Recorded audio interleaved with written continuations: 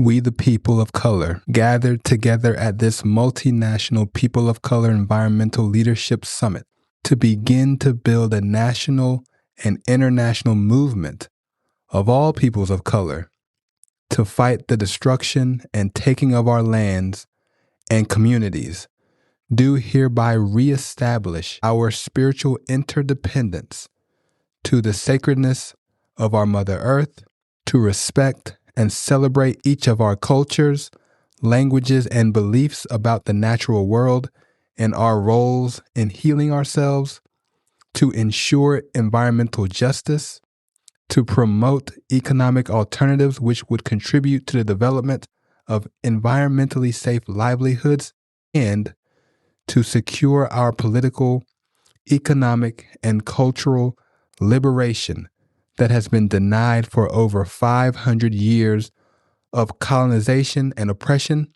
resulting in the poisoning of our communities and land and the genocide of our peoples. Do affirm and adopt these principles of environmental justice. Welcome to the Environmental Justice Lab. I am Dr. Leslie Joseph, and what I just read to you is the preamble to the principles of environmental justice that were outlined in the Peoples of Color Environmental Summit in Washington, D.C. in 1991. It was at this conference where community leaders from all around the country gathered together to talk about what it meant to fight for environmental justice and to free themselves from the tyranny of environmental harms and pollution and the degradation of their communities and their land as they sought to develop and fight for a better future for everyone. And so as we continue to talk about these foundations of environmental justice, it's so important to really think through this preamble and to talk about the principles that they're outlining and what the true goal was when they gathered and when they discussed these issues. Like I said last time, it's not just about removing environmental pollution. It's not just about reducing environmental burdens and harms. This is about freedom, liberation, self-determination, justice, equality for everyone, everywhere. And you can see that from the very beginning when they talk about seeking to build a national and international movement of all peoples of color to fight the destruction and the taking of our lands and communities. They recognize right away that this is not just a local issue. This is not just an issue in the southern part of the United States or in the western part or in the northern part. This is an issue globally for all peoples of color everywhere. This is a big problem. And what they understood was that maybe in the United States, people of color are minorities and they're being oppressed and they're experiencing these harms. But they knew across the world, even in places like Africa and parts of Asia and Europe, that even if the people of color were in the majority, they did not have the power or the resources to prevent others from coming in, taking their lands, destroying their communities, and inflicting devastating environmental harm on them. And so this summit recognizes that right away and puts that on the front for everybody to think about and see and acknowledge. This is a global movement. This is a global attempt to gather people together to fight against these environmental injustices and to fight for the protection of their lands and their communities.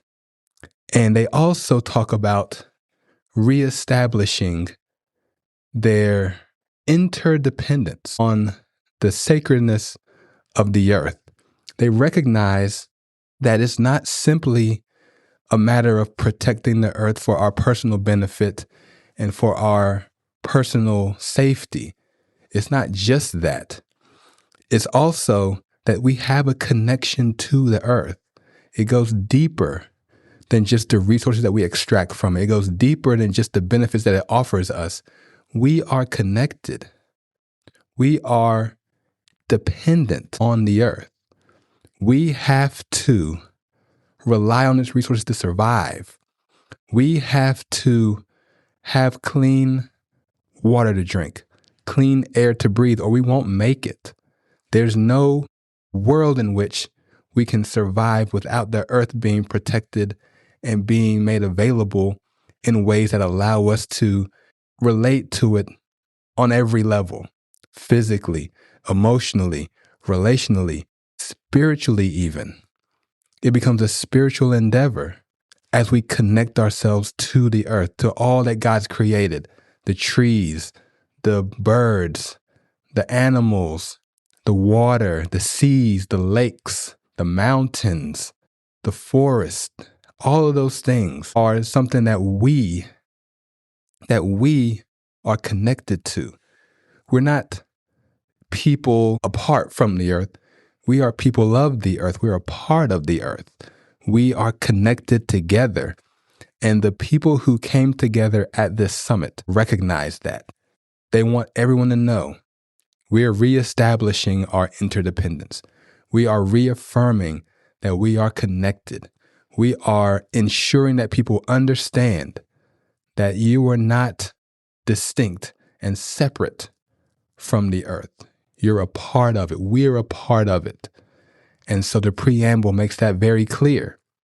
And then they go into more social and political and societal issues that you might not associate directly with the environment, but which are critical to achieving environmental justice.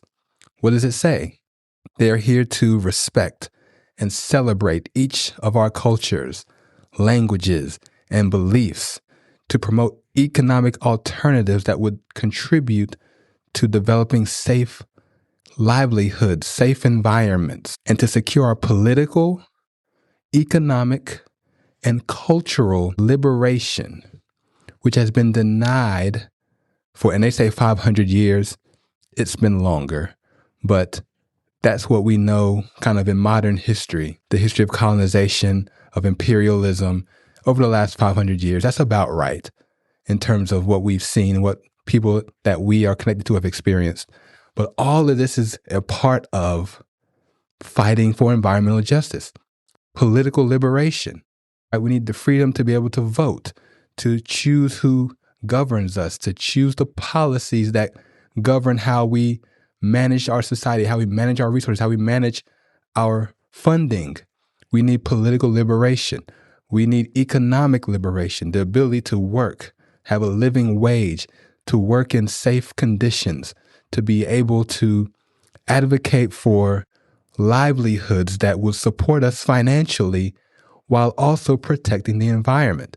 There's no point in having a job if that job is going to be destructive and harmful and degrading our environment. So we need economic liberation. We can't be working 2, 3, 4, 5, 6 jobs just to survive. That is not how it needs to go. That is not how the environmental justice movement understands what we're trying to accomplish here.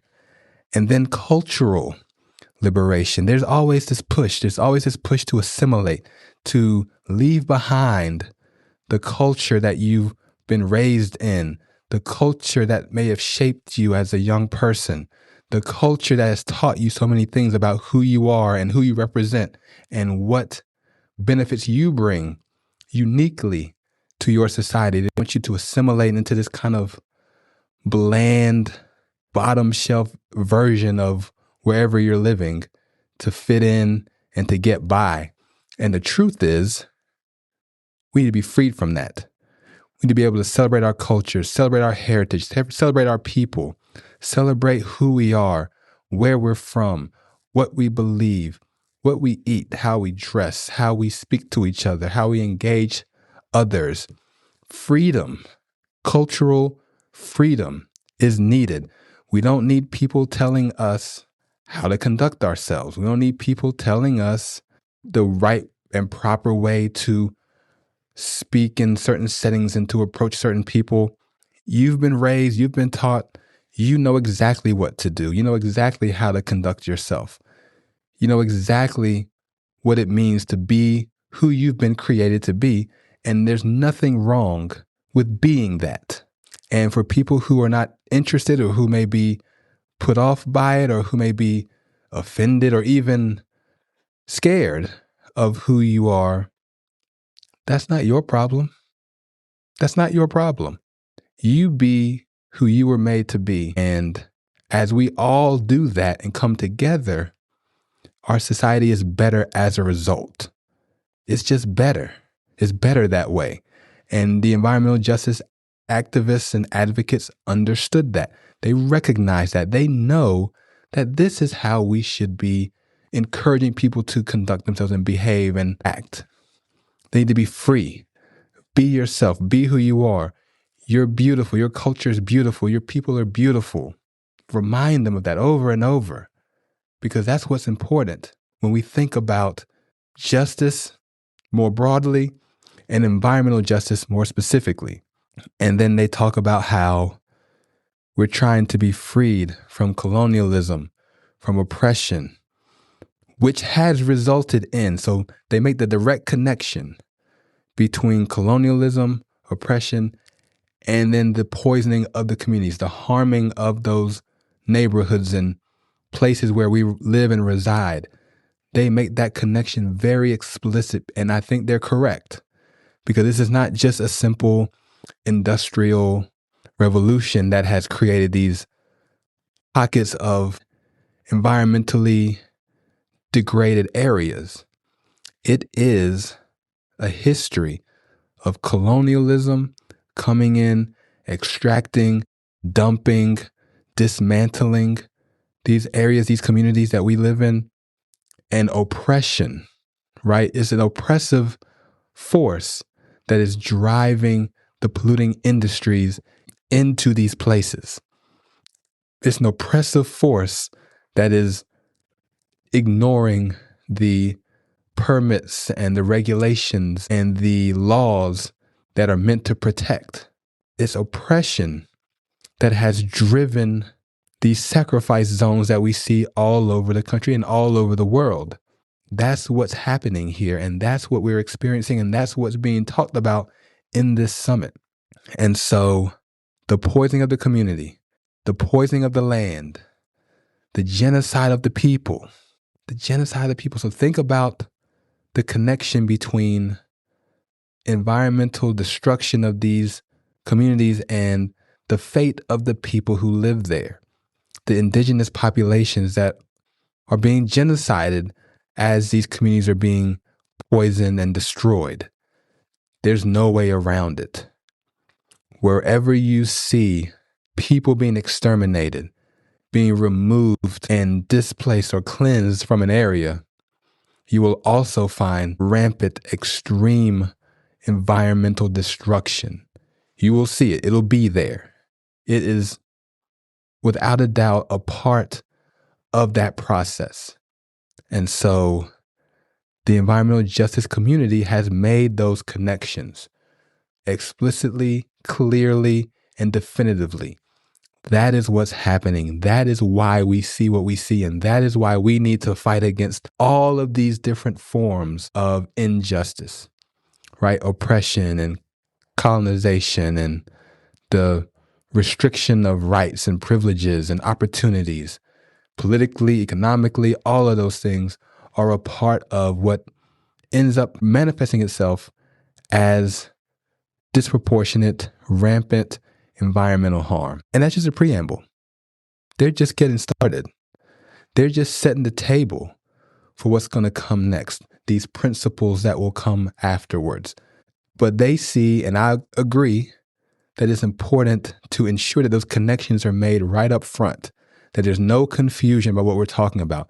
There's no ambiguity about what's being fought for, what's being fought against, and what we're trying to accomplish. And from 1991 until now, the fight continues.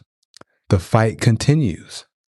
There are lands all across the world that are experiencing these types of oppressive entities coming in, destroying their lands, destroying their properties, cleansing, eradicating, killing off the people that live there, destroying the water and the land and the soil and the air so it's unlivable, and the resources are being extracted and used for imperial purposes, for entities and governments and countries to enrich themselves and not serve the people who are on the ground experiencing those harms. And the environmental justice community says, no, that can't be allowed. That can't continue.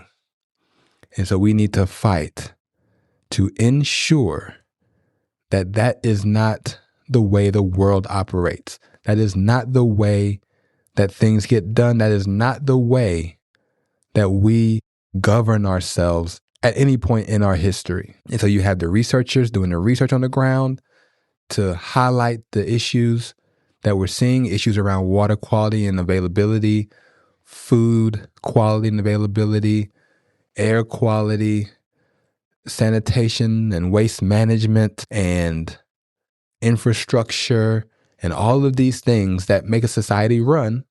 We can see disproportionate impacts. We can see disproportionate ways of managing them, and they get called out.